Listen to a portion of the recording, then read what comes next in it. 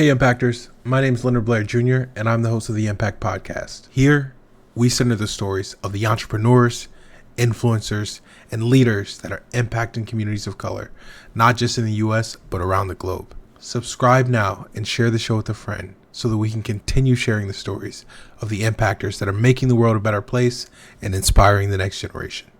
Thank you. Hey everyone, thanks for tuning in to another episode of the MPAKT Podcast. I am your host, LBJ, and today I am super excited to reintroduce you to my friend, my brother, maybe colleague at some point, Yeves Perez. Yeves, as you know, is the founder and CEO of WorkBnB.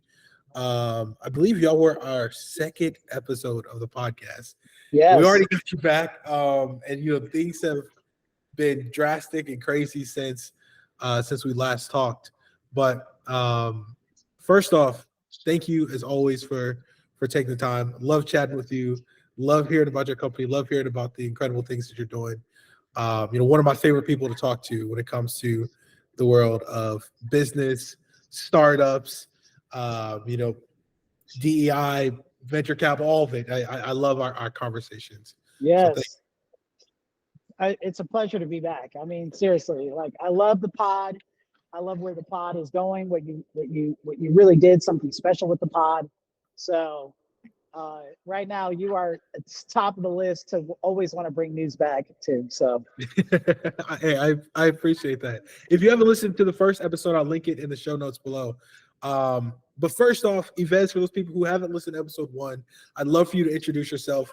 Tell us a bit about WorkBnB. Yeah. So again, my name is Yeves Perez. I'm the co-founder and CEO of WorkBnB, and I believe traveling workers matter. My quick little pitch is that in 2019, my mom asked me to move to Reno to help grow her vacation rental business, and I quickly discovered that the majority of her bookings were workforce related. And then I changed the vernacular that she used from vacation rentals to workforce rentals. And within a year, her venture became the largest rental operation in Reno with over 45 rentals. We grew her revenue 300%. But in that process, what we had learned was that these workers are traveling all over the country in these patterns, in these trip lengths. And they didn't have a reliable, accessible housing solution in every market that they could just jump on one app or one solution and book these properties quickly. So, I got the crazy idea to start an app, even though I knew nothing about app. And being a first-time tech founder has been wild. So, you'll hear more about that in the first episode. But I'm excited to bring, everybody, new updates related to what's going on in DEI today. So, Yeah. Well, I know you have a major announcement. I was ecstatic when you first told me, but I'd love for you to share with our listeners, some of the incredible news that's happening over there at WorkBnB. Yeah, thank you. So this has been a goal of ours for a very long time. And that's one thing about being a startup is that if you don't have milestones, then you're going to be chasing shiny objects. Every time something looks great, you're going to want to go chase that because you think that it's going to move the needle, when really, it's kind of like you should think of this as almost like, you're a pirate out at sea. And it's like, before you take off, chart where you're going, right? And really where you want to go and what you want to accomplish. And one of the things that I wanted to accomplish was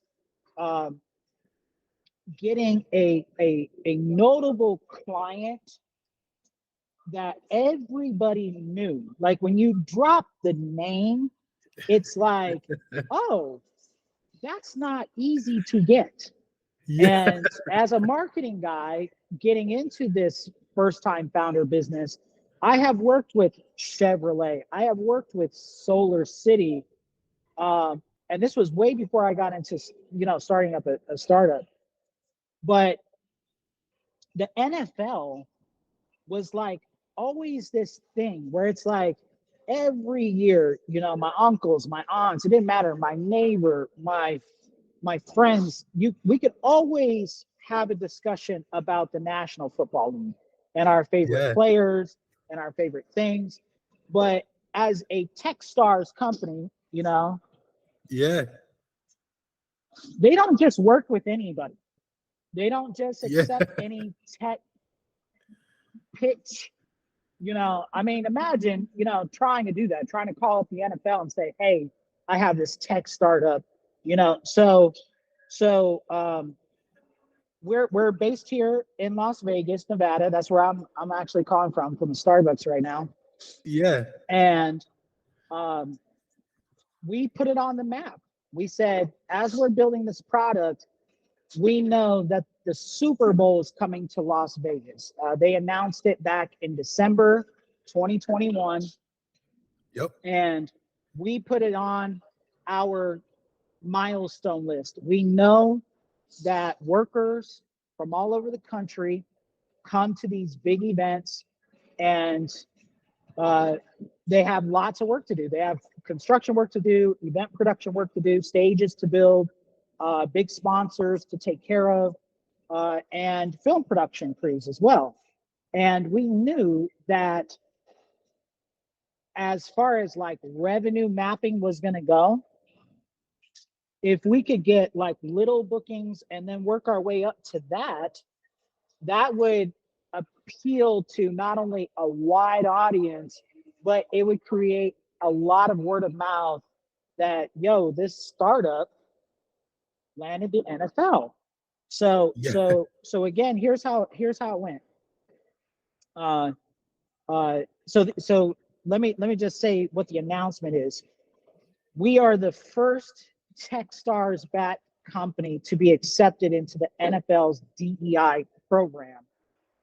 Their That's DEI incredible. program is um, a way to get companies contracts whenever the NFL comes to a town, to a city, and they've never worked with a tech company before. They've only Wow. reached out to small or medium-sized businesses that, you know, are minority-owned, Yeah. woman-owned, veteran-owned. But the majority of the categories that they get help with is like staffing, cleanup, janitorial, uh, what do you call it? Catering companies. Those are the Yeah. typical companies that they work with. But they always had this problem with temporary housing. Yeah. And they told us, they said, every year that we've run the program for 6 years now, whenever we put out the need for temporary housing, we would always get somebody from who's an Airbnb host to show up, and they have one rental. And we turn them down because we need 50 to 100 rentals. We need a lot of rentals. And they said, Yeah. we've never been able to figure this out. And every year, it's the number one requested service from Wow. all of the event sponsors. So think of like Nike, Google, Oh, Apple, Remy Martin, all of them yeah. going to the NFL and saying, hey, do you have a vendor or a supplier for temporary housing? And they're Yeah. like, no. Oh, okay. Well, I guess we have to put our workers in hotels and motels. And that's what's been happening for 6 years of the program. And the Wow. program director called us up and said, hey, we know you're a tech company, but we need more of a white glove service. We need more this, and this from you, more VIP treatment, which for me, that's not a big deal. I'm like, hey, if I'm going to be housing Nike, no problem. Yeah. You know, Of course. I'm gonna try to earn a free tracksuit or some Jordans, you You know, said with I need a some couple hot, Nike techs in right, return. right, hook me up. But it's it's just huge for us. And what I Yeah. also love was that Techstars, this global pre-seed investor accelerator program that's up to par with like Y Combinator. You Yeah. know, I look at them as like Harvard and Yale. It just depends on which one you want to go to. But Yep. for us, we chose Techstars. But they loved this update. And again, it's just this relationship thing where it's like, wait a minute, Yeah. you shot for the stars and you got it? And we said yes. And it was incredible. And again, the press release is just going out. We have a few interviews being lined up all over Nevada, but I couldn't help it. I said, I need to bring it to the MPAKT podcast Yes, sir. because one of the highest and greatest things that I think founders can do is share news that inspires other founders to say, you know what? Yeah. I thought about trying to get the MBA for my business, or I thought about trying to get, FIFA or whatever, but it just seems Yeah. impossible. No, nothing is impossible. Only it's in your mind, Yep. And one other thing that I wanted to just add to this little story is that not everything's a straight line. Yeah. We didn't think we were going to qualify for the program because one of the stipulations was that we had to be founded in Las Vegas to qualify. Wow. And it's all over the internet that our company is founded in Reno. So I wasn't going to lie. Yeah. But what I did was I sent in the application, but I didn't wait for a denial. What I did was I asked people at the city of Las Vegas. I asked for people at the local college, UNLV. Hey, can you put me in touch with the program director of the Las Vegas Super Bowl committee? Yeah. To see if I could plead my case. That's the power of networking. And that's it. Use the network. Yeah. And I can't emphasize that more. It's like, don't wait for a denial. Go chase your yes. And that's exactly what we did. We got the meeting. And what's so funny was, and my wife is going to laugh every time she hears the story over and over again, because I'll probably tell it at cocktail parties when I'm drunk. But the call from the program director came on the day that our son was born. That's incredible. Comet was born on a Tuesday morning, and Dodge had just delivered him, and we were kind of waiting for her to kind of get over a little bit of sickness to where she could drive home, because she kept throwing up a little bit. Yeah. And they were just like, okay, just rest. So I'm chilling in the waiting room, Comet's with her sister, and all of a sudden I get this call, and I'm like, oh my gosh, that's the NFL Super Bowl committee, babe. Can I run outside and take this call? So I went and took it in the car. And at first I didn't even think it went that well, because she was just like, oh, I don't think maybe it's a great fit just yet.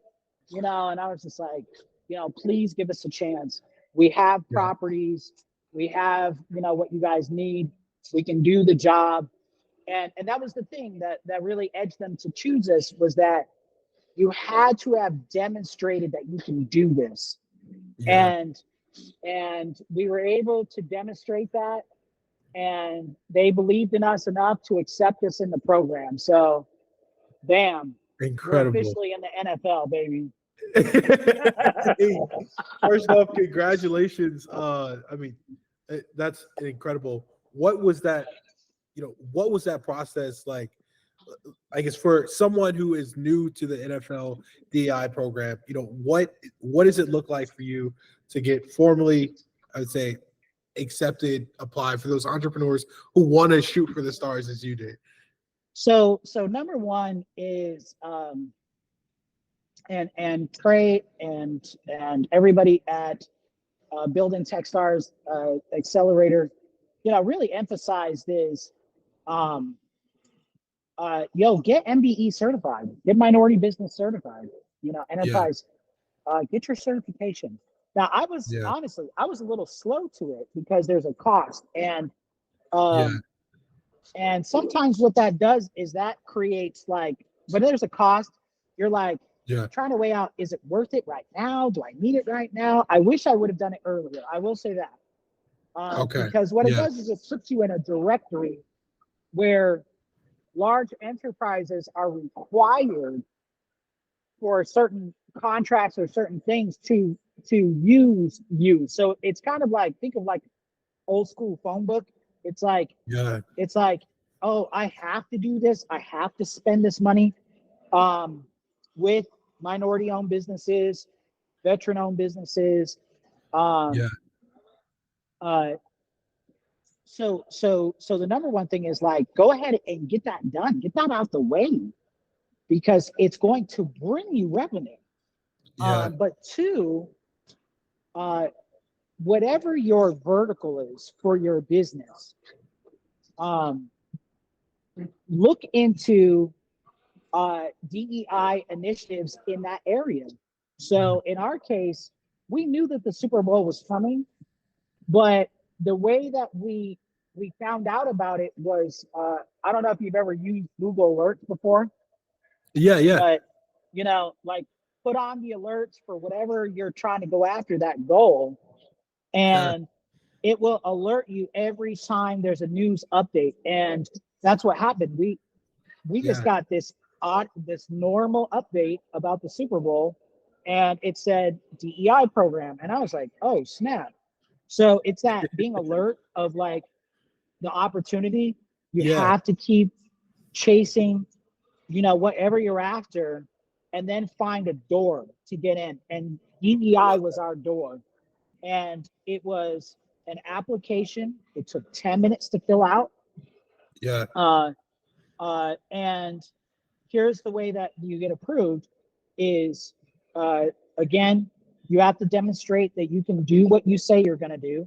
You Yep. have to you do have to be in business for a little bit of time. Sometimes it's 2 years, sometimes it's a year, sometimes it's less.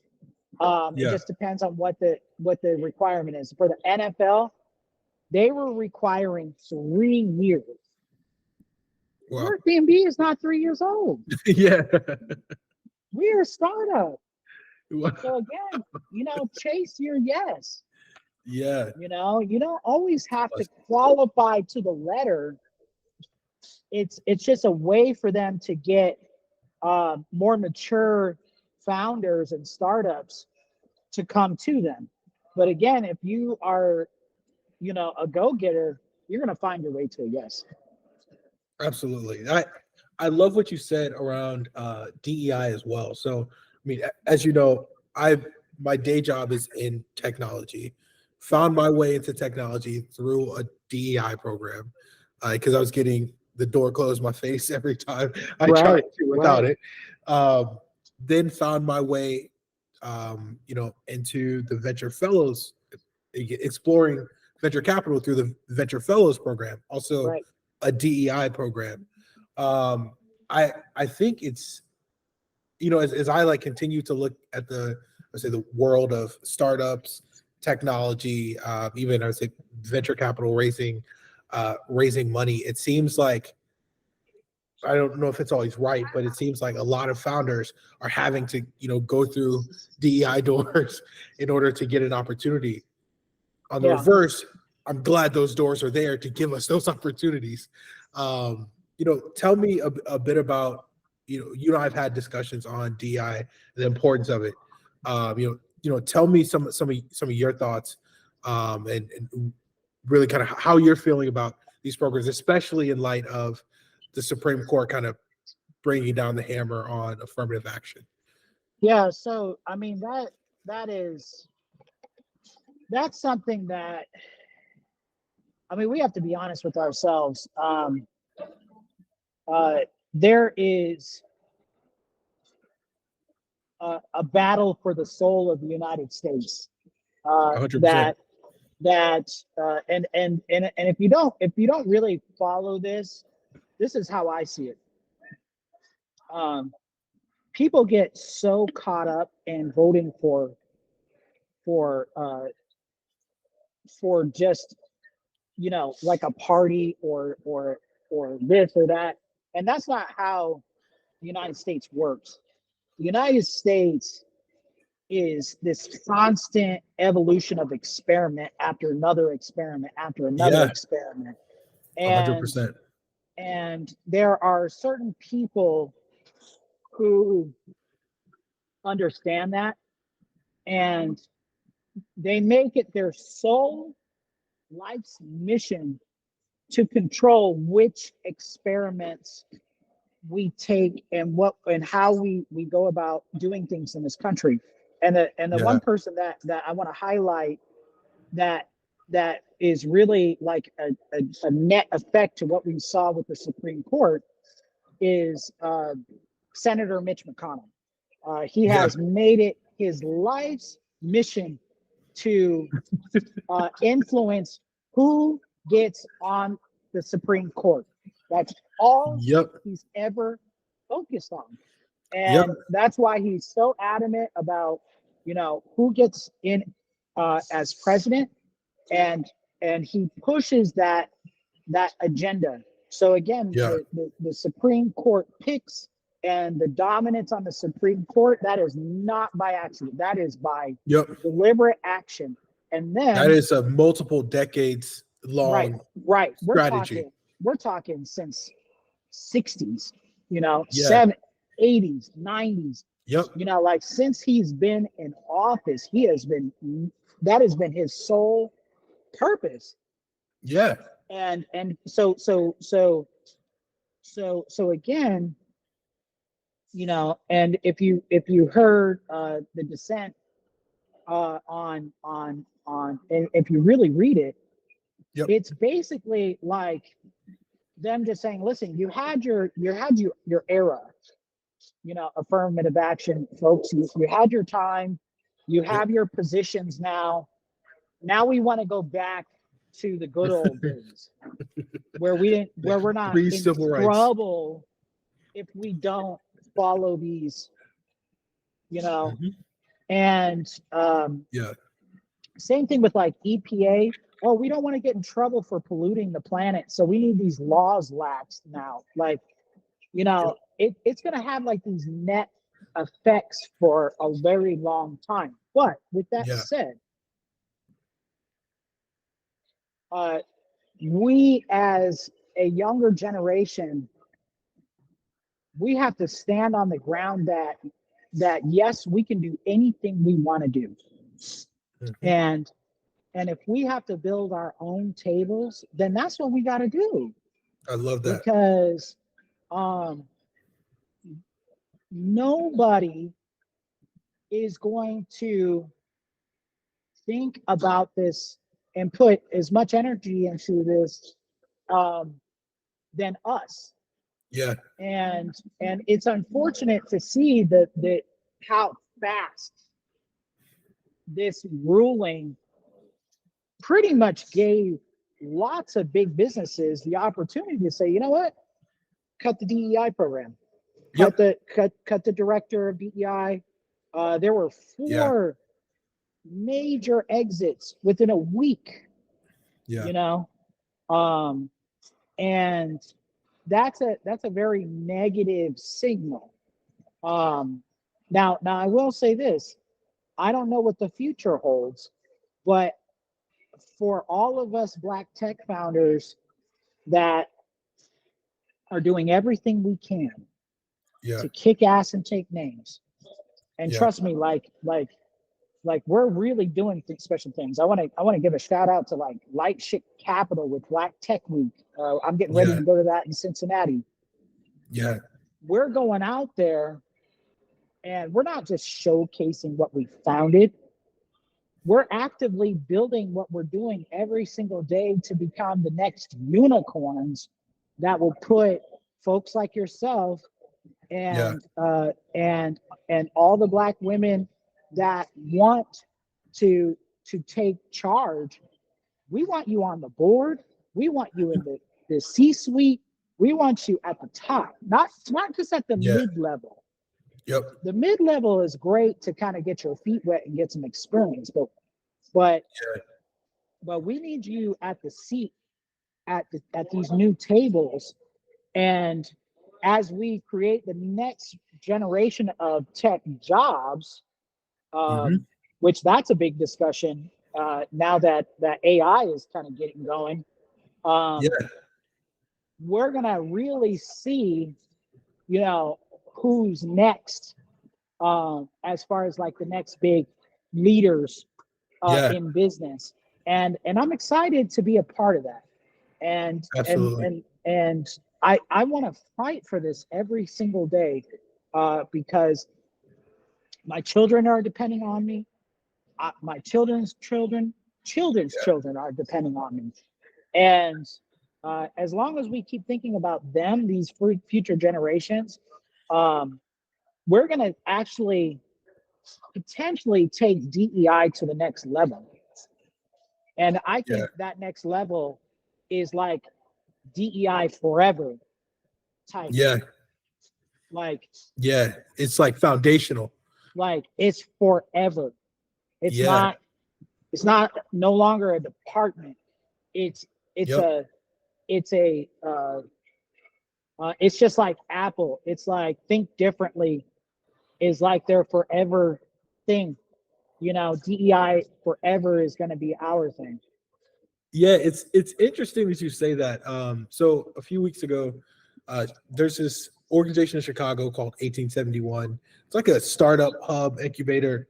So shout out to anyone from 1871 listening to this.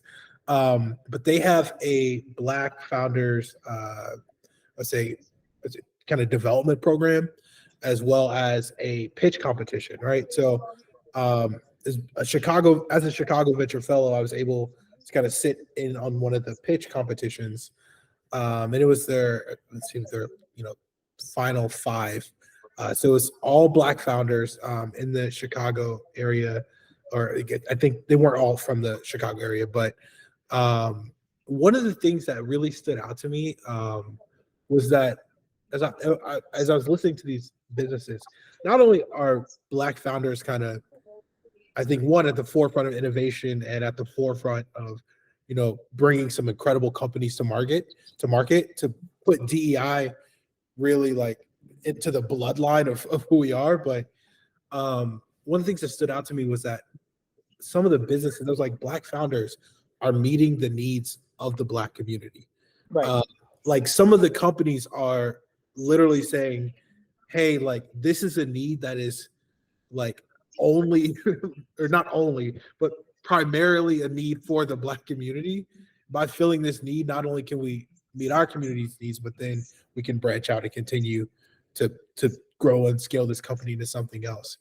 So when I think about that, like I'd love to hear your thoughts on kind of, as you look at the Black tech ecosystem over the next few years, who are even some of those companies that you see, of course WorkBnB, but who are some of those companies that you see that are like, our community needs this, or even under our nation needs this? Because I think you're spot on. Yeah. So, man, I got to tell you, going through Techstars Yeah. really opens up your eyes to how smart we are as Black people. Mm-hmm. Like how we see a problem and how we articulate the problem and how we articulate the solution and then build it. And then, the next step is to build a company around it, right? Yeah. So, one of my first real experiences of absorbing this energy was again going to Tulsa, Oklahoma Yeah. for Techstars and being in the Tulsa 12, where Yeah. I got to meet founders that had genius level ideas. I was just Yeah. like, holy cow. But I mean, I'm not talking about like I'm talking like from like ideas that were solving, like annoyance problems. Like I'll tell you like a quick problem. Yeah. It's something that we've all done and we've all complained about it. We've all been there. Where it's like waiting in line is stupid. Like we're in the future. We have like machines that sweep our floors and we have driving cars, but why are AI we to still write our essays. right? But why are we waiting in line at a food truck or at a festival, and I'm talking like a Yeah. stupid, ridiculous line. Yeah. So my guy, Myron Rivers, has this app called Lurch, and it's like no more waiting in line. You order your food through the vendor, it already geolocates. It does this, it does that. Incredible. Puts the you could Incredible. add, you could order something. It's processing. You could say, you know what, I forgot to add a drink. Add a drink, and it tells you where the bathrooms are. Yeah. Gives you your order number. Go pick it up. All the time. We're late in line. Yeah. Like,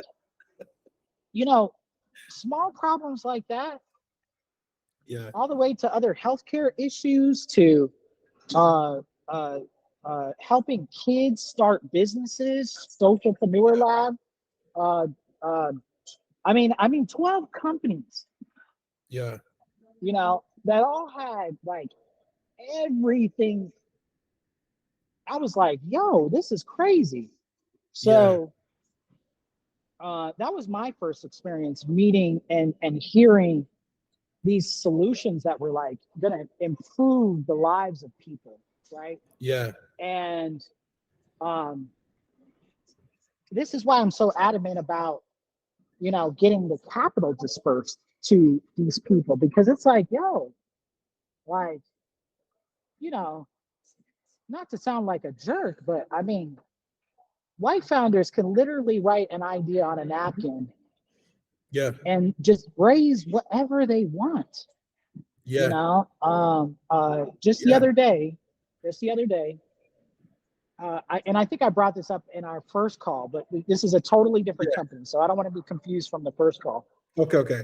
the first interview. But the other day, I'm reading on TechCrunch about some company that raised $6 million without writing a single line of code and not having a single uh, cent in revenue. So he has no traction.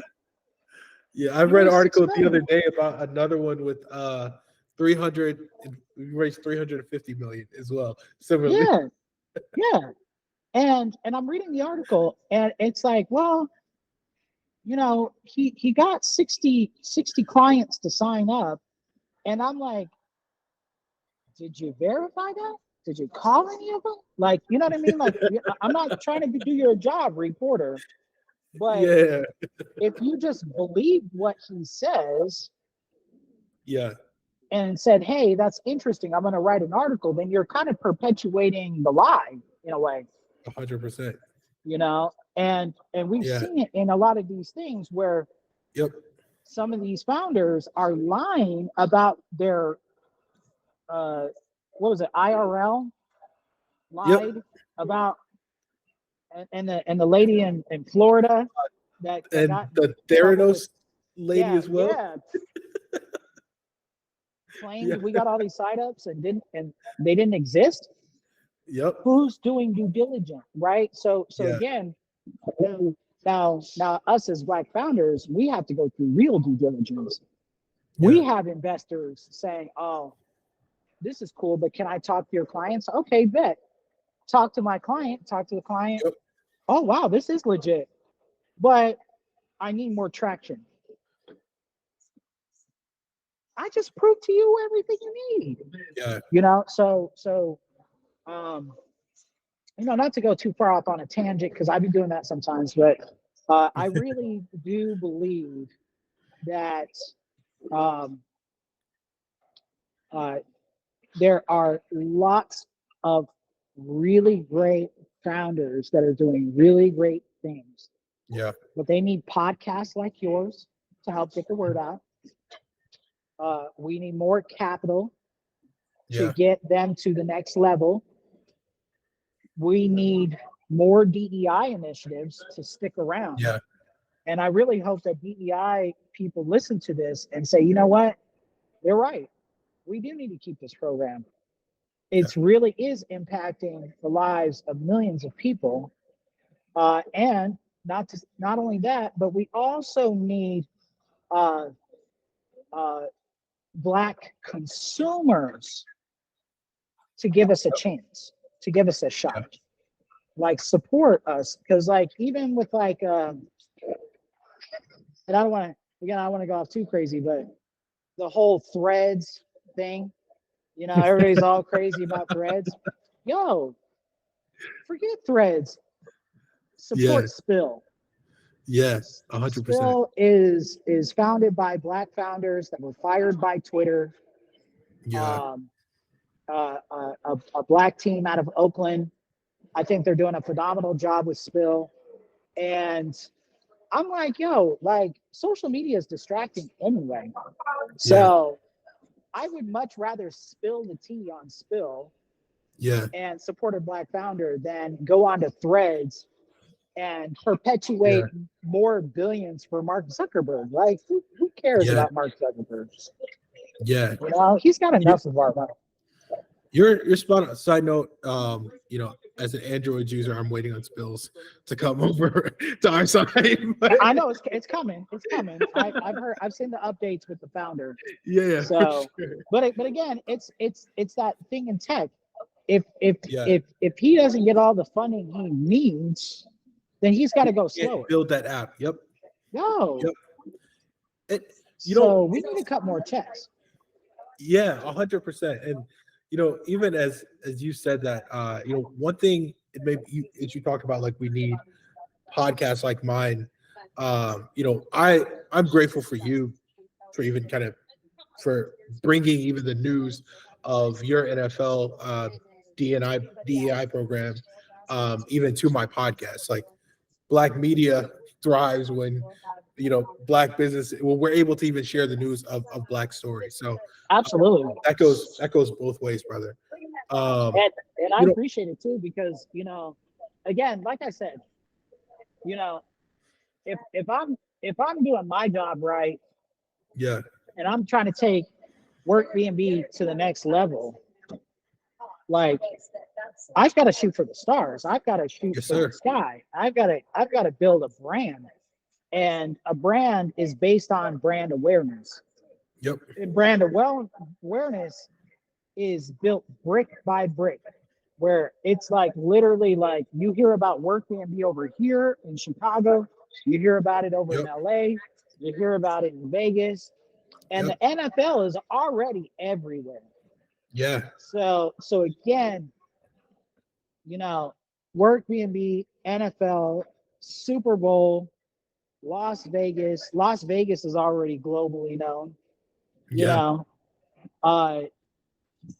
I wanted this as, again, part of my revenue plan to say, not only am I making money and creating value for my shareholders and my stakeholders,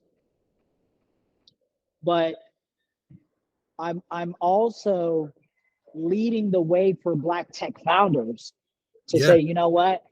We don't always have to shoot small, yo. We can do big things. We can do big things. And the next time you see me, I'll be at Super Bowl and I'll be at the game. You'll be watching my Instagram live.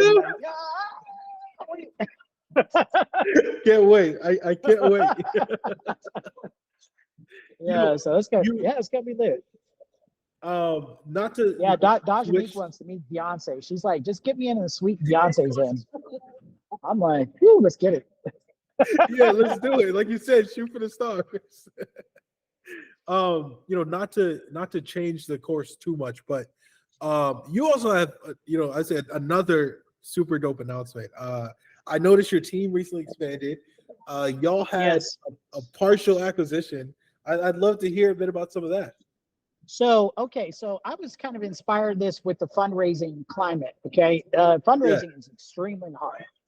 And you can't just wait for people to cut checks. Like, you literally have to make moves to get people to go, yo, I'm here. I hear about them every week.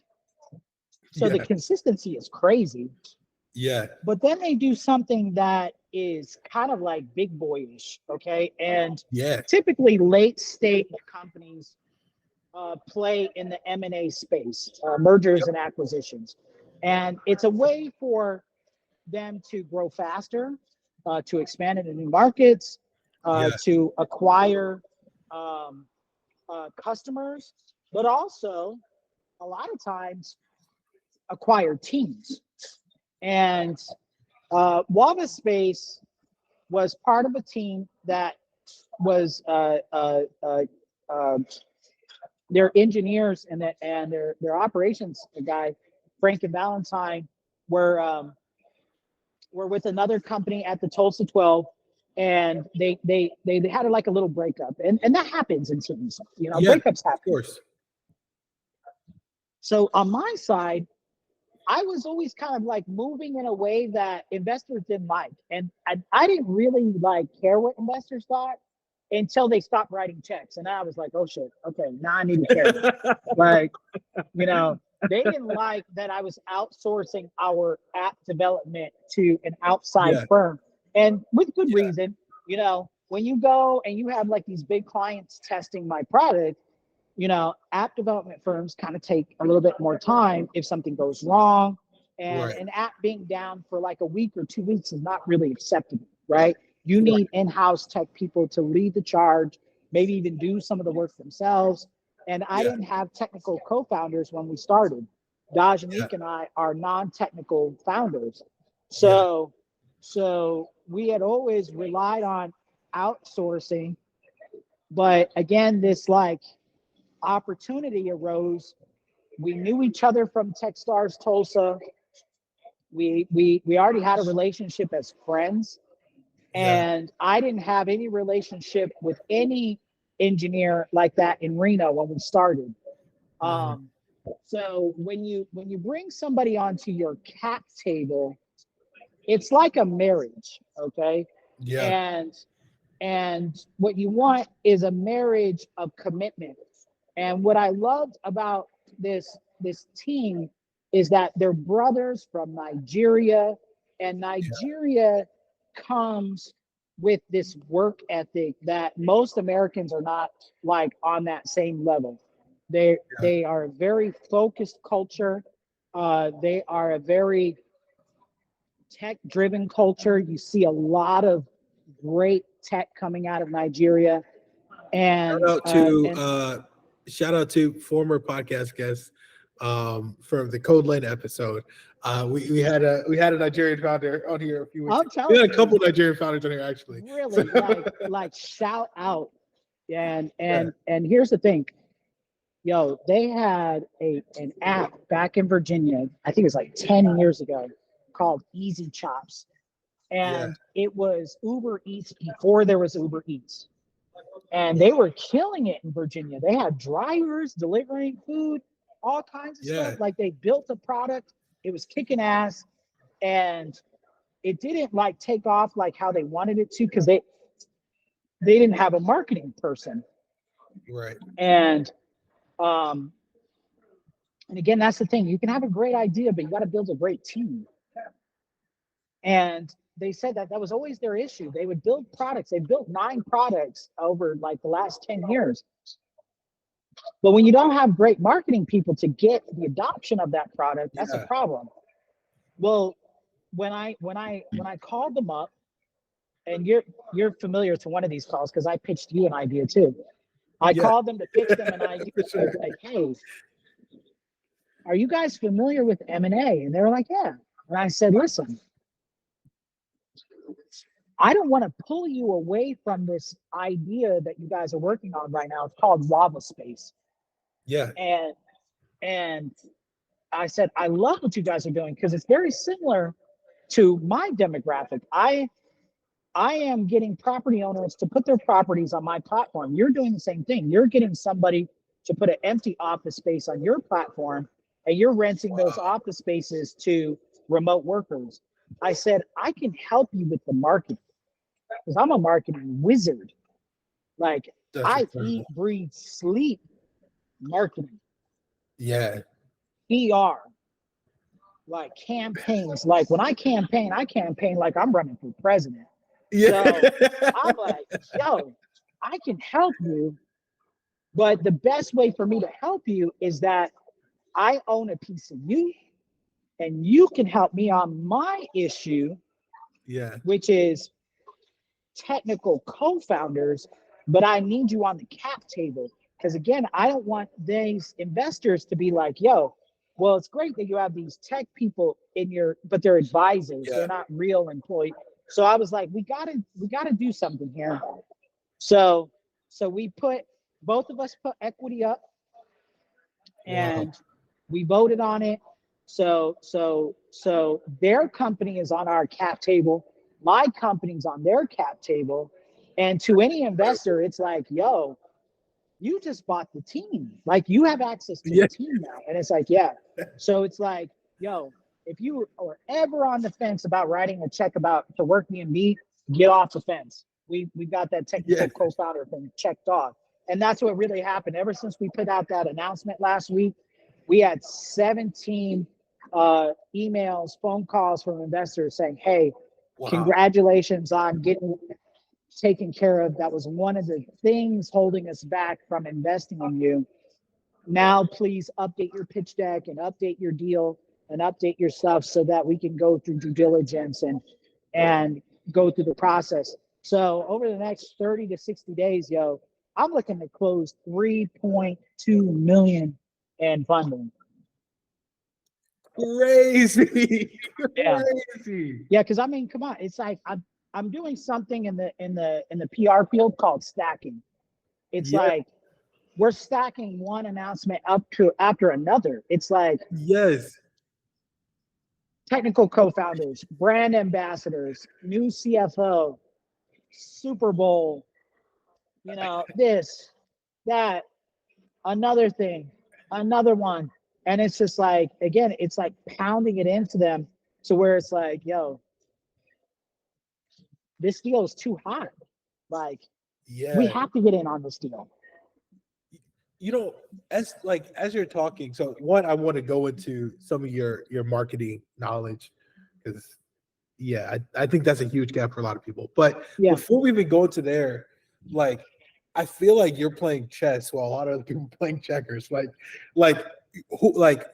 was, I don't even know the question really behind this, but maybe it's like, you know, who are your mentors? You know, how did you get to the stage to say, hey, I'm noticing Wava Space is perfect for it's a match made in heaven for the two businesses to be aligned. Well, actually, that's just my marketing brain, because Wow. see what So marketing teaches you is it teaches you patterns and behaviors and personas, right? Yeah. And then what you really kind of think about is the methods and the tactics to get adoption up, okay, or scale, come to scale. So I don't know if anybody's ever heard of the adoption curve, but Google it. Yeah. And it's basically a bell curve where it's like, you know, whenever you come out with your idea, Yeah. yo, no matter what the idea is, you're gonna have like these early adopters. And the early adopters basically are a type of persona that are addicted to new things. Like it's in their DNA, where it's just like, you know, they're just like, oh, this new phone came out, or this new, I don't know if you ever heard a friend, you know, text you, oh, bro, this new music just dropped. Nobody knows about it, you know, and it's just like, yo, like, how did you hear about that? You know, that's an early adopter. I'm that friend. Right. They love that shit. They get off on that. Yeah. But see, the problem with early adopters is that there's so few of them that whatever message you use to get them, the next level of adopter, which is called an early majority, they need a totally different message. Wow. So it's kind of like founders get so frustrated because they go, I got some traction, but now I don't, it just stopped. It's because you ran out of early adopters. Yeah. Now you need to transition your marketing to like a totally new message. Whatever you use last quarter is not going to work now. So you have to always be in this position of changing and switching gears. So and that takes something called A/B testing. Okay, I have this message. I'm going to write it one way, and I'm going to write it in a totally different other way, and I'm going to send it out to an equal amount of people, and I'm going to see who responds to it better. And if you get a higher response to message B, then that's what you need to run for the next 6 months. Yeah. A/B testing. Another thing people don't even think about is focus groups. Get 12, 15, 20 random people, different ethnicities, different ages. Yeah. Get them into a space where you're asking them A/B questions. Do you like this color blue? Yes or no? Do you like my tagline? Yes or no? Yeah. Do you like the flavor of my new product? Yes or no? I don't know if anybody loves TED Talks, but I'm a TED Talk person. I am too.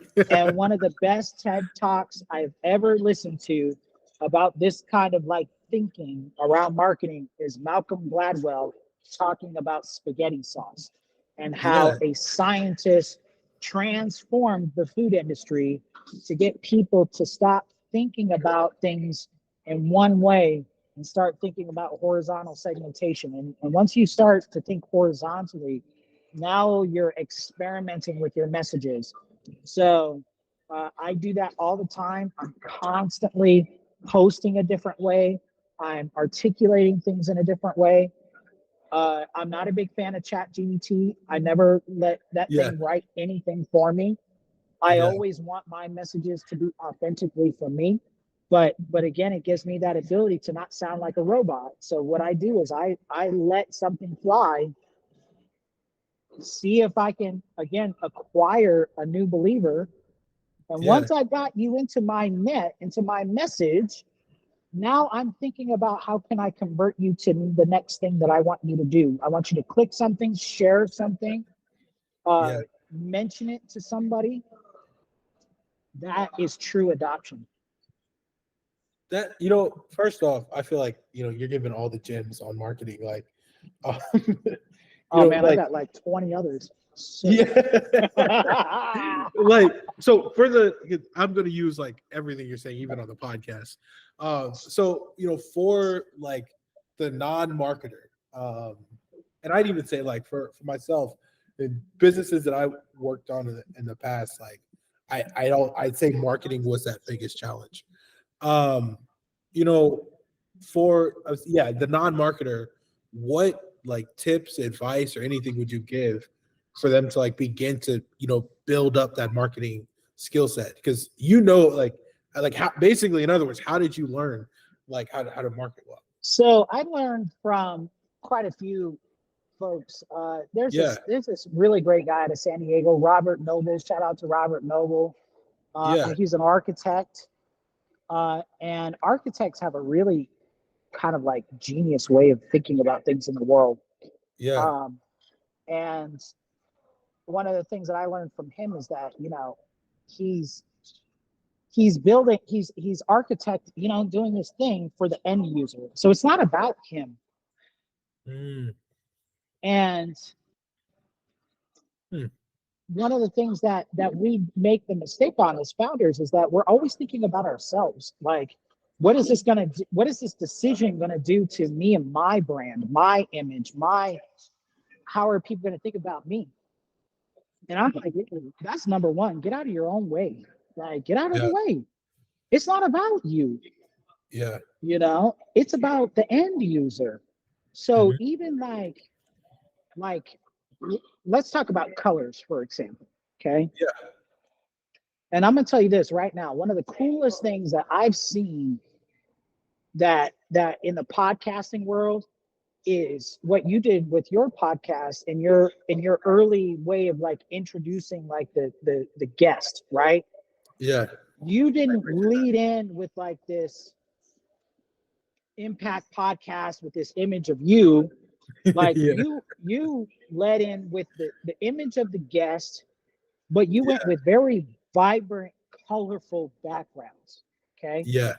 And that was impactful, and it matches the brand of what you're trying Yeah. to build. That to make an impact, it needs to be visually impactful. Okay. Yeah. And there's a lot of people that make that mistake where it's like they choose gray, neutral colors, and they're expecting adoption. And it's like, yo, that just blends in. Like Yeah. look at the color wheel, look at color psychology, look at the Yeah. psychology of brands and logos. There's a lot of research online where you can look at blues and all the brands that use blue and why they use blue. Why do they use red? Why do they use yellow? Why are these brands these certain colors? And there's like color psychology that they're trying to um again, think of it as like an architect. They're building like this massive brand, and Right. it has to have a foundation. It has to make you feel a certain way, and it wants to be consistent. Mm. So again, when I was getting onto your podcast, I was like, yo, he's really doing something. And I encourage you to keep that up. And I encourage anybody to um, whatever you do, be consistent with it, because it takes on average 5 to 14 touches to get the average person to convert. Yeah. What is a touch? A touch is the first time they see you or hear about you. So it's kind of like, again, even if somebody listens to this podcast and they're a great customer for WorkBnB, I'm not Yeah. expecting you to convert the moment you hear about it. It may take you 6, 9, 10 months, 5 to 14 touches, where you're at a party and somebody Yes, mentions sir. WorkBnB. You're at on vacation and somebody says WorkBnB. You're at a conference and you see WorkBnB. Yeah. It really takes that repetition. And unfortunately, because we're in a very capitalist society, uh, it's kill or be killed out here, right? Yeah. So it's kind of like if you have any dream that's worth chasing and you feel like you're going to make it, like you feel it in your bones, you have to fight for those touches every day. And it doesn't necessarily mean that you have to like be a social media wizard or anything Yeah. like that. Um, but you do have to be a brand builder, and that takes consistency. Wow. I am inspired. I am encouraged by that. Yeah, thank you for that. Okay. My next question is, again, to kind of maybe go I'm back to loving it. I'm loving it. yeah. Yeah, let's get it. Let's get it. You got the Yeah. juices flowing. I feel like the magic is coming out. Yeah. As we talk about marketing, I think another thing you do super well is pitching. First off, I've never seen founder go to more pitch competitions than Yeves Perez. And you're like winning competitions left and right. Like, for that founder who is basically trying to get others behind his idea or her idea, what's kind of your strategy? Like, how do you step into a pitch competition like ready to kill it?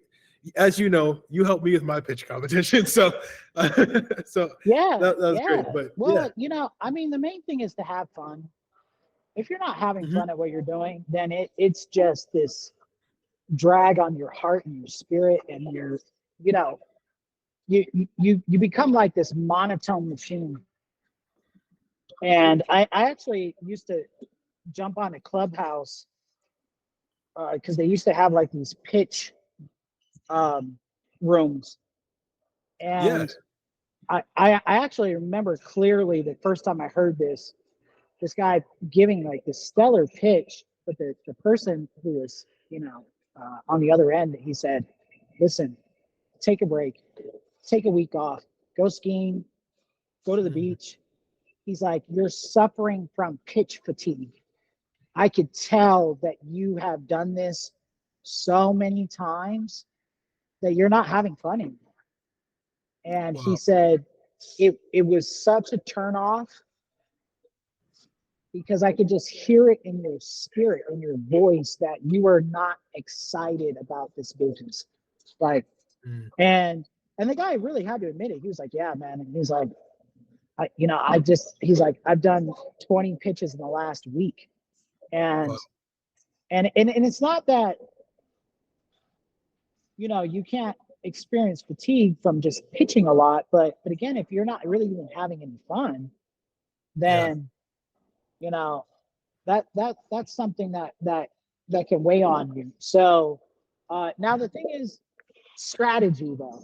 Let's talk strategy. Yeah. I come from this place of my own experiences of wanting to put $1 into something, right? Like $1 Yeah. out of my pocket. What made me want to do that? And one of the things that I can just recall as a feeling is that it was something that was memorable, Yeah. right? It was like, oh my God, there was something about the experience where it was just like the next day I was still talking about it. Yeah. And then a week later, I'm like, yo, Yeah. that one thing, that was like the thing. And I could talk to my mom about it. I could be like, Mom, guess what I saw last week? Yo, that was crazy. You know? So again, when I thought about the thing about pitching and going to a pitch coach and just learning about pitching, what I learned from the experts is that B2B companies are the most boring pitches you've ever heard on planet Earth. All the fun is consumer apps, and consumer products. They get to say shit like, this sucks, or this is stupid, and they get all dynamic and they get I'm everybody agreeing. laughing. I'm laughing because I've worked with a million B2B companies, from like my day job to some other things. Like, so Right. I'm laughing. You're spot on. Oh my God. And when I watched B2B companies pitch, it was always the same. Did you know that 46% of enterprises, da da da da da da da? And I'm like, that's your beginning? That's how, like, so yeah. So when I was like crafting the WorkBnB pitch, I wanted to take an element of storytelling where it was like, yo, Apple Computers is one of the most genius companies to copy. Okay. Yeah. Where it's like, hey, they don't just come out and tell you we make the best computers on the planet. Yeah. Right? They tell you what they believe. We believe in doing things different. Like, Yeah. if you can get people to believe what you believe first, then you can get them to engage in the story of why they should care, right? And that's Yeah. what we did. Absolutely. We said, my name is Yeves. Yeah, I'm co-founder and CEO of WorkBnB, and I believe traveling workers matter. And then I go into the pitch. And then as soon as I got you into the story, and I really want to make my magic happen, that's where we pull out the confetti cannons and just blow confetti everywhere. Because it's like, I'm like, and this was like part of the fun part was like, I wanted to have fun.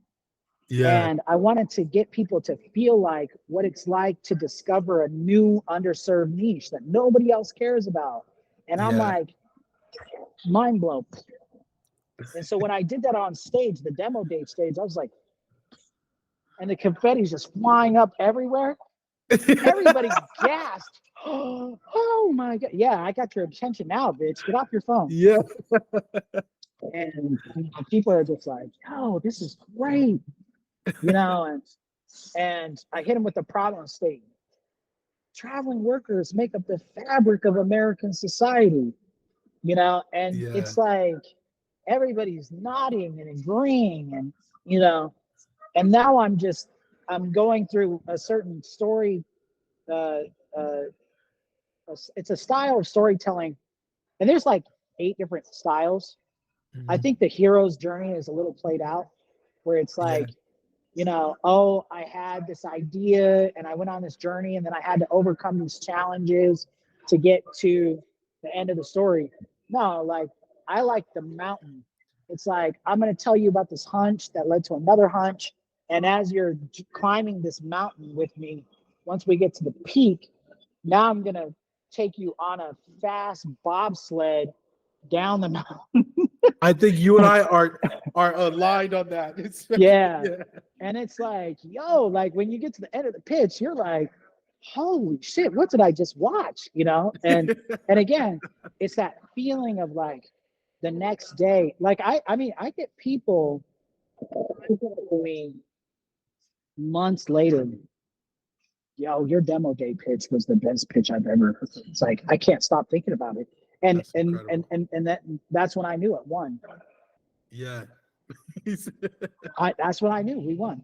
We Yeah. are winning because you're not like, what's the name of that company again? Yep. Yep. Work something. No. People are like, yo, WorkBnB is the shit, bro. Like, Yeah. So that's when I knew I did my job. Incredible. Okay, so I know we're coming up on time, so I have I guess one final question for you. So You can ask me too. again, I'm good. all right, I'm having fun. all right, all right. So as you move forward, kind of with the NFL DEI program, and yeah, being their vendor for the Super Bowl, what are those next steps? What is that like? What does that tangibly look like for your team? Basically, how do you guys fulfill that? Yeah. So really, what that looks like is fulfilling something we have put upon ourselves. And that's the Yeah, biggest thing you can do as a team is an expectation of like yourself.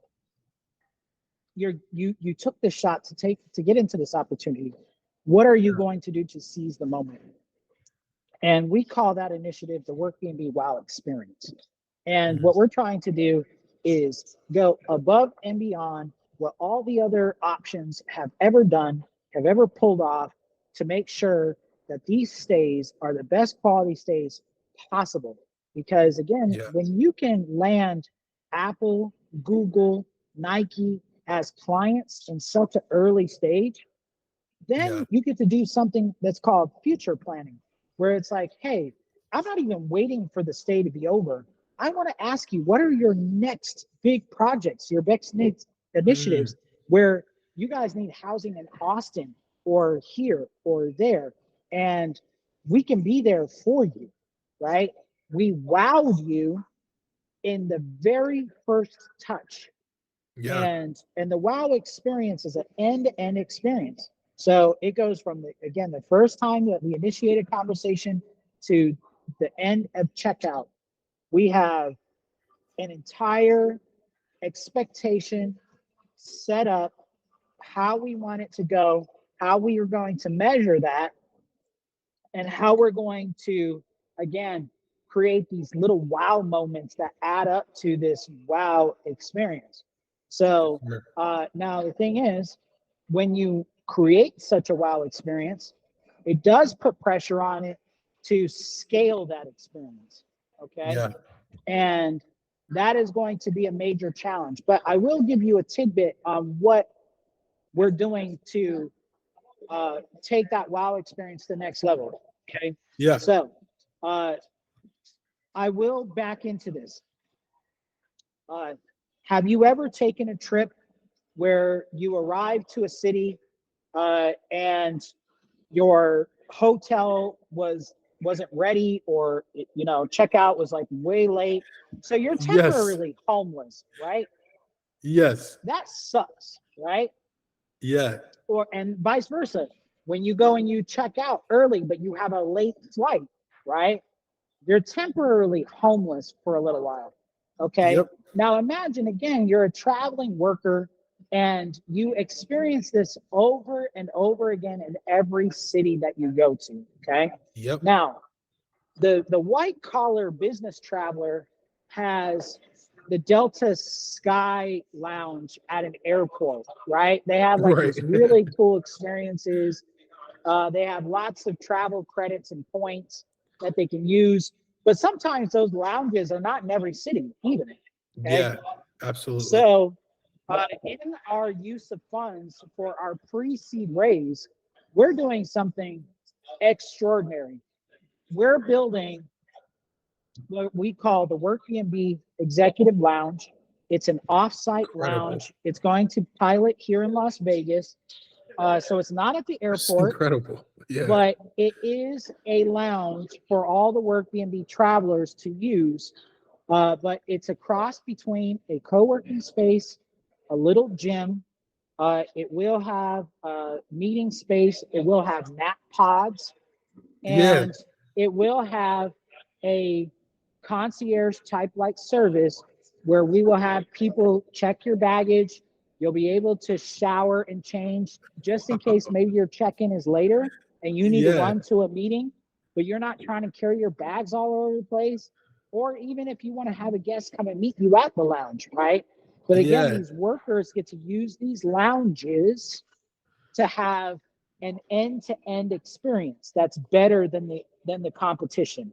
And Yeah. this is kind of like what's called creating a moat, where the experience is better than anything else out there. So it's Yep. kind of like, you're like, why would I ever go back to booking.com, or why would I ever go back to this or that? Like, Yeah. I came to Vegas and they took care of me and Yeah. they made my experience wow, right? Yeah. Absolutely. And we're piloting the first lounge, and the goal is to have our first lounge, and it'll be a prototype lounge, but it'll be up and running around the time of Super Bowl. So as like these executives that are like VP of marketing or this Yeah. event production staff from Chevrolet, they're coming into Vegas. It's crazy. WeWork is packed out. They don't want to go into a Starbucks. They want to go to the WorkBnB lounge, and they want to have their meetings. They want to, rest in the nap pod because, they already checked out of their rental, but their flight's not until 9:00. You know what I mean? Like, like they can have the best experience possible.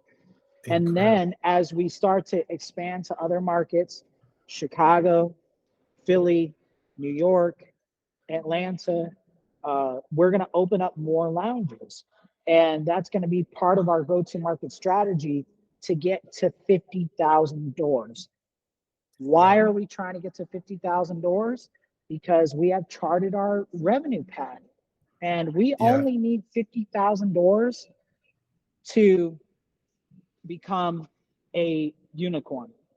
Okay? 50,000 doors. That's it. Incredible. So our investors are like, well, what are you going to do to get there? This is what we're going to do. And as we pull that off, you better believe I'm flying you and the wifey out to the opening of the first lounge. But guess who also wants to come to the opening of the first lounge? Who? Dame and John. Oh, incredible. Yeah. After we won the grant from Dave and John last year, he did a follow-up mentorship call with me about a month and a half ago. And I told him all about the travel lounge. And I told him, I said, I would really like your input on what we need for the lounge to be successful. And you know what he told me? He said, What? put a gym in there. He's like, I'm the kind of guy where I travel so much that I want to be active if I'm waiting. Yeah. Like, I don't want to be sitting around. Like, put it, even if there's just a few free weights, like, yo, give me Yeah. like an opportunity to like do something. So we added that little thing because of him. But he's like, listen, I come to Vegas all the time. Let me Amazing. know when the lounge open. We'll be there for the opening. So I'm like, Amazing. You let's do this, baby. as like over like, and I've said this before, but as you speak, like you talked earlier about like shooting for the stars. Like you are like the king of like I'll shoot for the stars and like I won't miss like No, that is I mean, again, like, it's something that I learned. I learned yeah, from Chevrolet. I learned from mm, working with Solar City. You yeah, know, bigger companies have bigger budgets to do bigger things. Like, you yeah, know, they will put together these huge experiences on these big budgets because they're looking to make an impact on their users, on their customers, to be memorable, to yes, sir. always create that brand value. And when you see large legacy companies that are like, that old, Yes, sir. you know, it's a habit of theirs. Yeah. And as a startup, we have to learn how to make new habits. And Mhm. and again, as a tech company, the majority of us stop at the tech product. That's where we stop. We go, no Yep. more. That's all the energy I want to put into this. And I disagree with that. I've been a part of enough things to say, you know what? There's the app experience and then there's the off app experience.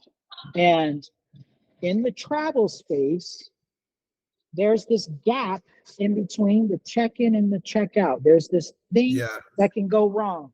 There are these Hmm. flights that can get delayed or even canceled, Yep. and you're homeless. And nobody Yeah. likes to be homeless. Yeah. So if there's a brand that says, yo, you're not homeless with us, that's a differentiator. And Yep. when you're trying to get new customers to come to you, the bigger differentiator gaps you can cover, the faster the adoption starts to happen. Again, like, I know the curve, I know it. And all I'm doing is I'm hedging bets. And I'm anticipating that my investors that are real WorkBnB believers are going, you know what? You're right. You're fucking right. And you're gonna do it. You're gonna do, here's the money, bro. Go Yeah. get it. Yeah. Amazing. Amazing. Okay, so as we wrap up, I asked you this, but I before in our previous episode, but I always leave the shows with this final question. What advice do you have for that prospective entrepreneur? I believe last time you said, really be yourself. But even since the time we've talked last time to this time, I can even see like your development as an entrepreneur. Like when I tell you your growth is like exponential, like it's super exciting to watch. Yeah. So what advice do you have for that entrepreneur? I guess I'm coming from the angle of, you know what you're talking about. You Right. have that marketing, you have that business acumen. Even in conversations that you and I have had, you're building that funding, knowledge base. Like what advice do you have for entrepreneurs? And so, like you said, I don't want to copy what I said in the first thing, but I will say this for this moment in time is really hard for us. Okay, I Mhm. I I talk to lots of Black founders. They see me as big bro. They reach out to me all the time. Hey, I'm struggling. You know, um, I really want to say is uh, you're gonna have to really embrace being uncomfortable. Embrace it. Ask for help. You know, Don't be afraid to put together like a little GoFundMe if you need uh, to try to make a milestone. Don't be Yeah. afraid to get out of your town or your city to get some traction. Get in the car, go on the road if you need to. I went to Florida. I'm about to Yeah. go to Black Tech Week in Ohio, uh, and it's going to be uncomfortable. Uh, and the more you embrace the uncomfortability of this journey, the more you're going to appreciate the milestones that you achieve. Mm. So, just just get with the uncomfortable. Like it's not going to be sexy, you know, um, and just give it all that you got. Like Yeah. there's nobody else that's going to care uh, more than you. Yeah. You have to really do this thing. Even when I tell people about the NFL, Yeah. I don't wait for them to tell me they're the biggest NFL fan and they have like all the like I tell them like I just won the lottery, you know, Yeah. because nobody else had to fight for it like me. Yeah. Like I had to go and Yeah. get it, and it was uncomfortable. Yeah. So when you get it, when you do get it, shout to the rooftop. Tell everybody you Yeah. know um, that you achieved something, and that you're going after another thing right after that. Yeah. Absolutely. It's Yeah, it's ironic you said that. I spoke with an executive not too long ago at a big tech firm, and he was giving me advice on my personal career, and he was like, I basically said, what you said. He was like, the things that are the most uncomfortable are the things that you need to chase after. right. Um, That's and where the growth is. You can't yeah, grow and be comfortable. That's impossible. yeah, absolutely, absolutely, You have to really embrace that to grow. yeah, And and and that's exactly the path that I'm taking. In fact, even related to the NFL, just to kind of yeah, give you guys like a little insight on the next step, yeah, is that it's not just the bookings, it's not just the logos on our website, because it's going to be cool to have Nike and Google on the website as a client. yeah, It's going to be cool to have the NFL logo that says proud supplier to the NFL. That's cool. yeah, But the journey isn't over. Uh, at the Super Bowl, and again, this took research. yeah. I don't stop researching. I found out that the NFL Players Association is hosting a pitch competition for tech companies, and I'm gonna apply. Like Yeah, I know when the application date is. I've got it on the calendar. I am putting all my, what do you call that? Put it out in the universe energy. yeah, Uh, I'm going to be on that stage, yes, sir. and I'm going to pitch former NFL players and current players Incredible, WorkBnB at incredible. the Super Bowl in my own city. And the Yeah, goal is to be King Tech in Las Vegas. That is the goal. Like yes, sir. anybody who thinks of tech in Las Vegas, they're going to be like, yo, Yeah, nobody's getting it more than WorkBnB. yep, And again, it's that energy that you have to like say, you know what, that's uncomfortable to even say it. yeah, But if you say it, you're putting the wheels in motion. And yes, I sir. encourage people to say what you want, speak it into existence, go after it. Uh, Even again, like this Super Bowl thing.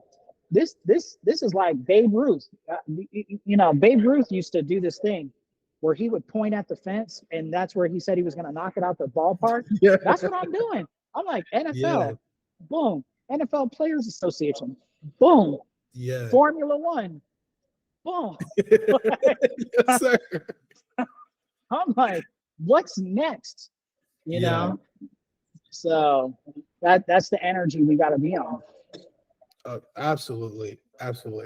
Well, Yves, as always, this was absolutely incredible. I love this will, podcast. yes. Hey, I love having you on. Like, this conversation still is not done. As I'll link everything down below, but just so they can hear, where can everyone get in touch with you, find you, if they want to invest in WorkBnB, as you all continue to build your network and partnerships, how can people find you and your company? Oh man, so you can find us on LinkedIn, WorkBnB. You can find me on Twitter, WorkBnB CEO. Dajanique is WorkBnB Prez. You'll see a bunch of WorkBnB handles. You can talk to our team members on their WorkBnB handles. Instagram, if you want to follow like the journey, because that's where I'm not posting for likes. I'm posting for the journey. Yeah. So you want to see behind the stage, or behind the pitch, or me at a meeting, or who I'm kind of like conversing with at that time. I post all that content on Instagram. Now Spill, I'm super excited about, because I'm basically spilling the tea on fundraising. So anybody who says no to WorkBnB, I'm posting their rejection notice on Spill. So you can see who rejected us, so that at the time when we become unicorn, you can go back and look at the T receipts and go, I love it. Google for startups turned you down? Oh yeah, bro. Here's the T. So I'm spilling all the fundraising tea on Spill. That's what I dedicated my entire Spill account. I'm just gonna spill the tea on fundraising. Yeah. If some investor gives me some crappy, shitty answer, believe me, I will post it on Spill. And then YouTube. That's where we're posting a lot of our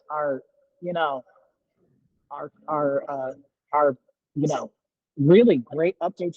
We have a series of great updates that are Super Bowl related that are going to be on YouTube. And last but not least,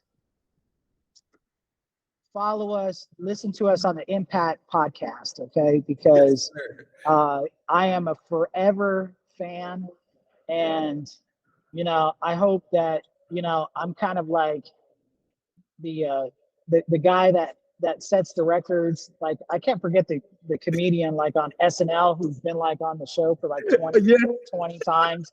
You get like an award on being on like how many times, but literally, like, I love the combo. Like, this is legit stuff. So again, thank you for having me on as a guest. It goes both ways, brother. Thank you so much for being on. Well, everyone, thanks again for listening to the MPAKT Podcast. As always, follow us on all social media handles at MPAKT Pod. You can find us on YouTube as well at MPAKT Pod, and wherever you listen to podcasts, search MPAKT Pod. Yeves, this was another incredible episode. Can't wait for the next one. You're already on track to. I mean, you are already the most aired guest on the podcast. So after this episode, we gotta keep you at the top of that list. Yes, absolutely. Let's get it. All right, cool.